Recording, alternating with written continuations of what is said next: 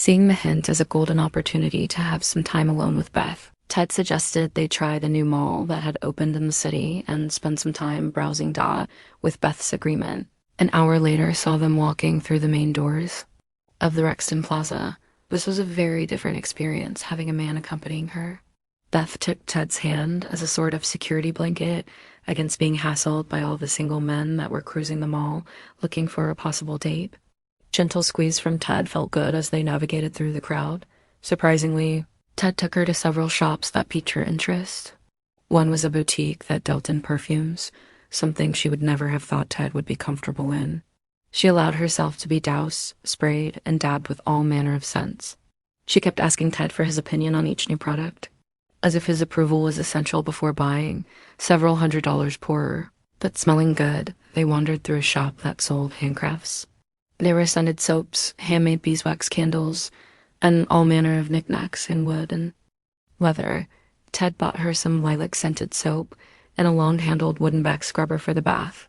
Beth thanked him, wondering if she should tell him about the image of having Ted scrub her back instead of using the brush. These desires of having Ted in her life as a partner were becoming more frequent as time went by. Beth wasn't repulsed by the idea anymore, her doubts about her sexuality slowly disappearing as time went on. The idea of being with a man had gone from no way to I wonder what it will be like. She accepted that sex was inevitable, it was just a matter of time and with whom. Ted was the obvious choice, and she liked the way he was treating her with care. When she was ready and the time was right, she wanted to be the one in control. Moving on, they left to go look in a jeweler's shop. Beth, finding herself looking at earrings, was startled when Ted offered to buy her a pair as a coming-out present. Intrigued by the offer, she agreed and started looking at the range of very expensive diamond earrings. Taking a quick sidelong glance at Ted through the cover of her hair, she grinned inwardly as she saw him blanch at the prices displayed. She decided to see what would happen as she admired the pendant earrings worth several $1,000s. "I like these, what do you think?" she asked. "Yes, they're nice," he agreed. Swallowing quickly, Beth was impressed that he hadn't tried to dissuade her from wanting them. That told her much about Ted and confirmed what she'd always known about him when they were just friends. She let him off the hook and reached for some nice gold hoops that were about 1.5 inches in diameter. "I like these better, Ted," she decided, handing him the box they sat in. They looked at rings and necklaces, and Beth bought a simple yet elegant gold chain. She was surprised at the weight, but loved how it sank into her cleavage, making her more aware of her breasts as the chain slid against them with every move. Paying for their goods, they decided Beth decided to get something for dinner. One supermarket later, they had one shopping cart full of groceries and meat. Beth told Ted she wanted to cook dinner for them both. Ted didn't object, as it extended their time together. Back at Beth's, Ted helped put away the groceries while Beth started the meal. Because of the time, she decided against vegetables and a roast as originally planned and made spaghetti bolognese, a meal she excelled at. Getting Ted to open a bottle of red wine, she started to cook. Ted came in and sat on the kitchen stool, marveling at her bustling around. He could see she needed no help in the kitchen, even though he had offered. She did get him to pour some red wine, which she sipped while cooking the sauce. A cup of the red wine was poured into the sauce, which Ted thought was a waste. He changed his mind later, though, when it came time to eat. "This has got to be the best spaghetti bolognese I've tasted," he got out between mouthfuls. Beth laughed. "Thank my mom for that. She taught me how to cook. Said everyone needs to know how, not just the women. She was a wise woman." "I would have liked to have met her," Ted said, chasing one errant strand of spaghetti around his plate. "Still is, although meeting her might be difficult. Your mom is still alive. I had assumed your parents were dead. In all the years we have been together, you never mentioned them." "I never asked because I didn't want to bring up bad memories," Ted gasped in surprise. "Oh, both my mom and dad are alive," was Beth's reluctant reply. "Where are they then? Why did they leave you? And what would they say if they could see you now? Well, it's a long story." Beth started, moving into the lounge to get more comfortable. "Go on, I like long stories," Ted insisted as he followed her, sitting next to her. "My parents had a religious experience one night on a road trip, Beth paused, waiting for the laugh that was sure to follow. "Huh? They saw God or something?" Ted grinned. His grin faded as he saw a tear start to leak from her eye. "Hey." Kiddo, I didn't mean to make a joke of it, he offered, taking hold of her hand. You're being serious, aren't you? Oh boy, sorry, it's just me. I've had to live with this for years, unable to tell anyone for fear of ridicule. They were driving through Arizona, and their car just suddenly died in the middle of a deserted stretch of road. It was late at night, and they were planning to share the driving and drive straight through. They said they saw a bright white light. Next, then nothing, until they woke up and found themselves in the car, driving several hundred miles further on. All they recall is some, in their words, godlike creatures. Wow, far out, was Ted's flabbergasted reply. So where are your parents now? After that, they decided to seek out information on various esoteric religions from all over the world. They get money for their research from all sorts of weird cults and organizations that live on this stuff, Beth sniffled. It's kind of neat, I suppose. It beats the old "my parents died in a car crash." Ted smiled. I wonder what they would do if they came back and saw you like this? Ted speculated. Beth snorted, then giggled. Probably think nothing of it. I can hear them now. Oh, my son's a girl. Well, let me tell you something weird. When we saw God, you should have seen, Beth responded, mimicking her mom's voice. Probably blame it on divine intervention, Ted laughed. Do you think it happened as they say? Or just think it was aliens? It does seem to fit the classic encounter that you hear about, he asked. Well, part of me wants to believe. That way I would know they aren't crazy, and that means a lot. I still love them, even though they are not part of my life anymore. Whatever it was they saw, it had a profound impact on all of our lives, Beth sighed. So you were handy in the kitchen then, and able to cook lots of stuff? Ted asked, changing the subject. You bet. Wait till you taste my spicy meatloaf or my sausage casserole. You won't want to leave, boasted Beth, not realizing till she said, "And how that sounded. Stop. I'm drooling already, and I just ate," laughed Ted, patting his stomach. I'll hold you to that invite, but don't blame me if you can't get me to leave. He grinned. Beth laughed, happy that the awkward moment had passed in the humor of the situation. It had sounded like she had invited him to come live with her. While not as repugnant as the idea would have been a few days ago, she still didn't want to commit to such a bold move. Later that night, after Ted had said his goodbyes, she lay in bed and started exploring her body in a comfortable, relaxed way. She marveled at her new sensitivity, feeling her femininity with newfound awareness. Waking without the comforting presence of Maggie beside her made her feel lonely, as she realized that she was alone in the house with no one to talk to about her feelings. Even having another person just listening made her feel less foolish than talking to herself. Whether or not those ears understood meant little. After a shower and deciding what to wear, she ate breakfast. Next, she went to the computer to waste a little time on the net. Looking in Outlook Express, she saw there were no messages, but then a thought entered her head. Did Beth have another personal email address, maybe through Yahoo or Hotmail? She searched through the usual clutter that accumulates around the computer. When she'd looked for Beth's bank accounts earlier, she'd pushed most of the papers near the computer aside. If she were anything like Colin with computers, there should be a book with all the passwords in it. Just when she was about to give up, she found it. Inside were her 2 email accounts and passwords, along with a bunch of other passwords for sites dealing with books and catalogs. Entering the passwords, Beth sat back and watched as the respective inboxes started filling up. Beth had evidently used one email address for personal mail, while the other was for business. Beth deleted most of the mail as junk, but one in her personal inbox made her hesitate before deleting it. It was just one of those spam emails advertising grow a bigger something. Yeah, right? Too late. She smirked, thinking about Ted. She had never been particularly interested in seeing Ted's. But now, with the thought of seeing it looming closer, the ad took on a whole new meaning. A few personal emails remained, and Beth had to push herself to read them. Reading emails sent to someone now deceased didn't feel right, but eventually reason took hold. According to the world, Beth was still very much alive. One was just a friend asking her about going out clubbing, to which Beth gave a short reply asking for a rain check. The other one was unsettling. It was from a guy called Martin Quinn, who seemed to think Beth owed him money. In his email, he implied that she had ordered him to kill her parents for the insurance. If she didn't give him half of it, he would call the cops and the insurance companies, who would start tearing into her to get the money back and accuse her of conspiracy to commit murder. Beth sat back, tears filling her eyes. Damn it. I've just started getting comfortable with living as Beth, and now this crap comes up, she thought angrily. She tried to think if there was any shred of truth to the accusation. Beth was sure her predecessor had nothing to do with the deaths of her parents. Hurriedly, she rang Ted. Ted? I need you to come over right away. It's an emergency, she called to the sleepy Ted. Okay, I'll be there in 10 minutes, mumbled Ted, trying to wake up. He didn't know what the matter was, but she sounded upset, and that was enough to get him moving. What's up? Was Ted's first question as he entered Beth's home. Beth just dragged him to the computer and clicked on the email. Too emotional to speak, afraid she would burst into tears. Ted read the email and cursed. He turned to Beth to see her crying.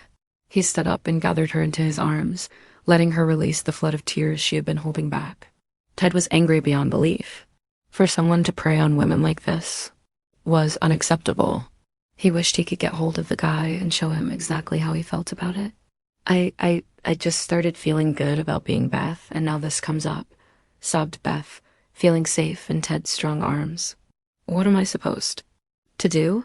Look, Beth wasn't involved in this. I know that for sure. She was devastated by her parents' death. Remember, I was still dating her then? Ted answered, comforting her. This guy is just hoping you'll cough up the money to avoid a messy investigation. This sounds like someone close to Beth, someone who knows her email address and enough details about your parents' deaths to make it seem like he was there. I don't understand why now. It's been 6 months since their deaths. Why wait so long to threaten me? I don't know, unless he wasn't in a position to do so earlier, or maybe he just found out, Ted wondered. Could he have been out of the country and just gotten back? Suggested Beth, trying to help. Could be. Or he could have been in the country, but just got out, Ted said, a light bulb flashing in his mind. You mean in jail? Beth answered, catching Ted's line of thought. Martin Quinn. That name rings a bell. Damn, I hate it when you know you should remember something, but it's just out of reach. Ted cursed. They started planning. Ted suggested searching the computer for any records of Martin Quinn in either the email addresses or in the deleted email folder. Ted went through Beth's old address book and phone number listing to see if he could find anything. It was Beth who found the first trace of the guy in an old deleted email that was still stored in a backup file. There were clues that Martin was an old boyfriend Beth had dated long before Ted. It seemed that Martin was involved in various illegal activities, and when Beth found out she had broken off their relationship, Martin had not taken kindly to being dumped. Apparently, he would lose face in front of his friends. Beth had reported his activities to the police in an attempt to get him off her back. The email rambled on about how if he went away, she would regret it and would pay dearly. This was dated about a month before Beth's parents were killed. It looked like their deaths may not have been an accident after all. Did Martin arrange their deaths while in prison? It wasn't unheard of and might explain how he knew how they died, bringing the email from the backup files. They tried replying to see what address came up. The one shown was the same as the one in the recent email. Ted, using some fancy typing on the keyboard, managed to trace the email to a local service provider, meaning Martin was in the same area as Beth. This was more concerning than the email itself because neither Beth nor Ted knew what Martin looked like. Ted rang Jenna to tell her the news and to warn her not to do anything about Shelley until the matter was resolved. No need to have additional secrets if the police got involved. Jenna suggested calling a friend of hers, a detective, to make some discreet inquiries and possibly get a mugshot if Martin had been sent away. There's no way I'm letting this guy win, growled a determined and angry Beth. Let's do it then, agreed Ted. I don't think it's safe here for you. What if he shows up in person? You can stay at my place if you want. Separate bedrooms, of course, he added hastily. Beth was reluctant to leave, especially to end up at Ted's place. Not that she didn't trust Ted, but more about whether she could trust herself. While Ted was talking to Jenna about Beth's safety, it prompted Jenna to offer her own home for Beth to stay at. She had a spare guest room that would suit her needs and could help with getting to work. Since Jenna could take her, agreeing, Beth started to pack some clothes and essentials for an extended stay at Jenna's. Ted helped her, commenting on the great clothes she had. Beth just grinned, teasing Ted with some of her delicate items as she moved them from her drawers to the suitcases. You know, these feel wonderful on your skin, she winked, wafting a filmy nightgown past his nose. You should try it sometime, she giggled. I don't have the right body shape to do it justice, not like yours. Well, we can fix that, can't we? Laughed Beth, enjoying teasing Ted.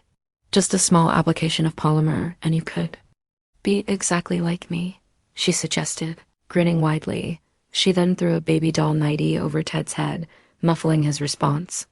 I'd rather see you in it than myself, and thanks, but no thanks on the offer. I think the world couldn't handle two such lovely sights as you. Beth blushed and continued packing, thanking Ted for his compliments. Only the truth, Beth, only the truth, Ted replied, brushing her thanks off. Beth was glad she was going to stay at Jenna's. Ted's compliments filled her with feelings she wasn't used to as a man. Being told she was beautiful had embarrassed her at first, but now they made her feel good. She felt somewhat obligated to return the compliment, but wasn't sure if telling Ted she liked his looks would make him want to take things a little further. Staying at Ted's would be like leaving a lit candle in a pool of gasoline. They would get consumed by each other, leaving nothing but ashes, something Beth didn't want to see happen. She wanted more time to come to terms with her newfound femininity before jumping into a relationship that might see them eventually living together as, dare she say it, man and wife. At Jenna's sometime later, Ted helped Beth load the suitcases into the spare room where she would stay. Kathleen welcomed Beth on her arrival, hugging her leg and giggling. Beth picked up the little girl and carried her along as Jenna took charge and started hanging her clothes up. Jenna told Beth about the detective's call. Martin was put away on a minor charge after the case against him was bungled. He served 6 months, but the detective is interested in Martin's threat. He's looking into the possibility that your parents' death might not have been an accident after all, Jenna said reassuringly.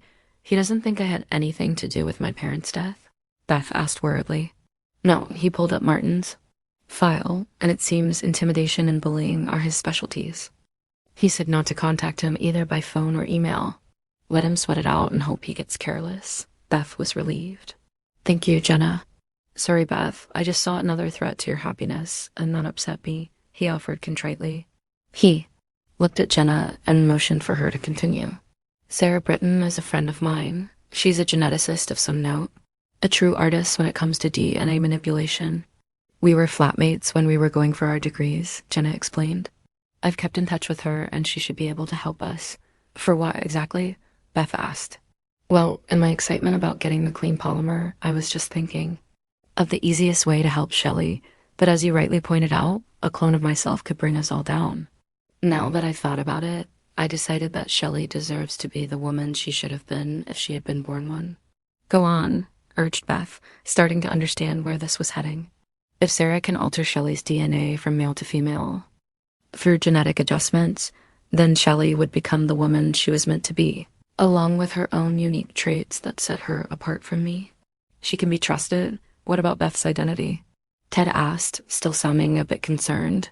I don't see why she needs to know about Beth. We can just say we discovered this polymer and its unique properties.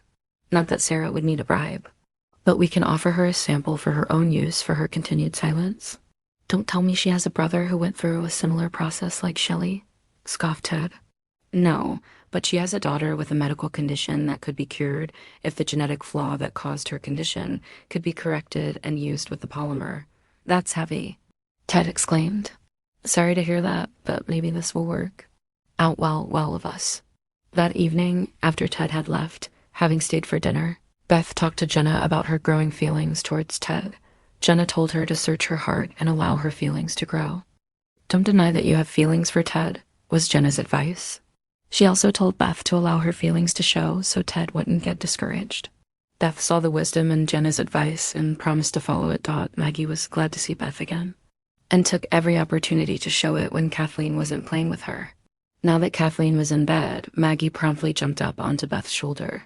She was leaning back on the couch, relaxing, when the playful kitten snuggled under the hair at the back of Beth's head, batting at it occasionally with a sleepy paw. Jenna and Richard laughed at the kitten's antics, and Jenna offered to remove the kitten from her locks.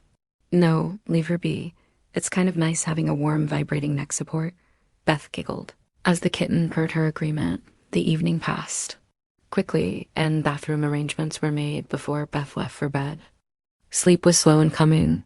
as her mind was filled with thoughts of the day's events and Martin's threats, along with the ever-present danger of being exposed as a fraud. This was always a possibility while the police were involved. Several days later, Beth accessed her email to find another message from Martin. This brought her back to the harsh reality that things weren't as smooth as the last few days living at Jenna's had been. The email stated that unless she contacted him, he would take further action. Beth showed this to both Ted and Jenna, who had contacted the detective looking into the situation. He, in turn, advised them not to reply and just let Martin make the first move. Beth tried to put the threats from Martin out of her mind and focus on living and enjoying her new life. One thing Beth noticed was, although her hips didn't seem any wider than after the initial molding, her hip bones had widened, taking on the physical structure typical to women. Jenna told her that it would force her to walk differently now, with more of a graceful movement. Beth went to look in a long mirror in Jenna's bedroom, walking up and down to see if she could spot the change. She had stripped to a bra and panties to get the best effect, noticing that the waistband of the panties swayed gently, like a boat rocking with her hips moving in a more feminine manner. She thought she looked great, so great, that she was starting to feel self-conscious.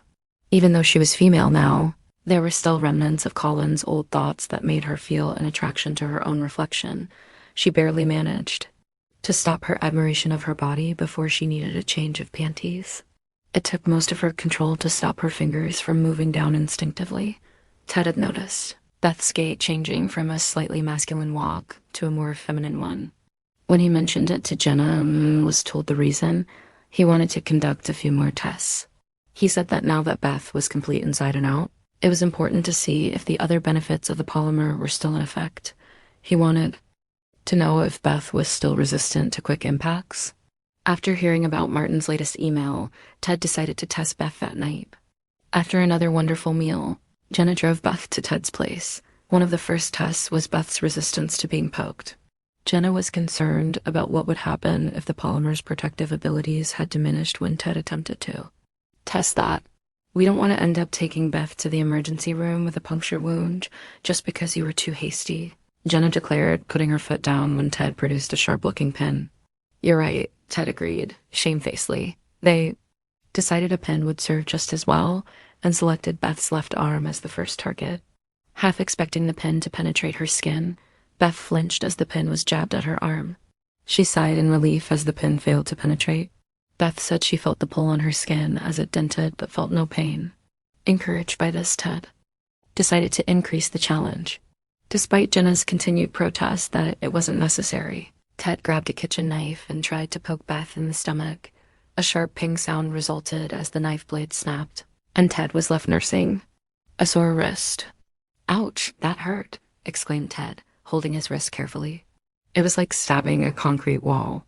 That will teach you, said Jenna, pleased that Ted's overly aggressive testing method had resulted in some pain for him. Hey, we needed to know this, okay? Ted said, peeved that no sympathy was being shown. What if Martin got his hands on Beth and tried this? At least now we know she has a fighting chance, he added sulkily. Sorry, I wasn't thinking of that, apologized Jenna. Moving to check Ted's wrist, she offered to bandage it, but Ted said it was okay, just a little sore. Ted's next test seemed even more extreme, although Beth kept reassuring Jenna that she felt